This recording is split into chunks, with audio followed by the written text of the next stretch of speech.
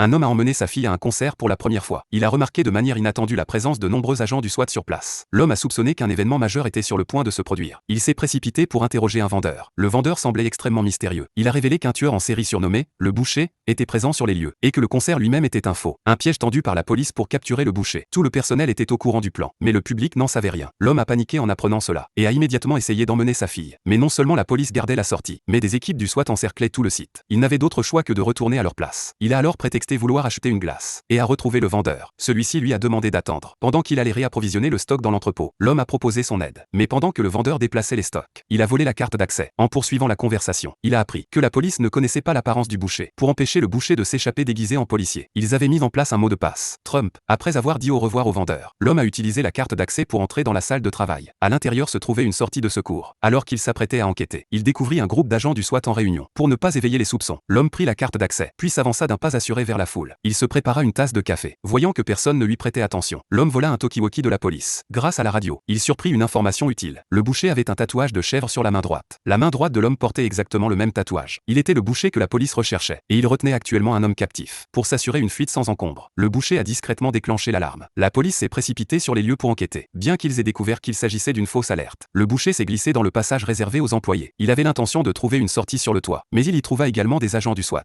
Le Boucher récita rapidement le mot de passe, dissipant les soupçons de l'équipe du SWAT. Le concert touchait à sa fin. Il devait trouver un moyen de partir plus tôt. C'est alors qu'il aperçut le manager de la chanteuse. Le Boucher mentit, en prétendant que sa fille était gravement malade, dans l'espoir d'obtenir une photo avec son idole. Cette tactique fonctionna à merveille. Le manager leur demanda d'attendre en coulisses. Une fois le concert terminé, il prévoyait de s'éclipser avec sa fille par la sortie des coulisses. Mais la porte était encerclée par la police. Alors que le Boucher était désemparé, la chanteuse Lisa s'approcha de lui. Saisissant l'occasion, il lui demanda de lui parler en privé. Juste une minute. Lisa, lui faisant confiance, le conduisit dans sa loge. C'est alors que le Boucher révéla enfin son vrai visage.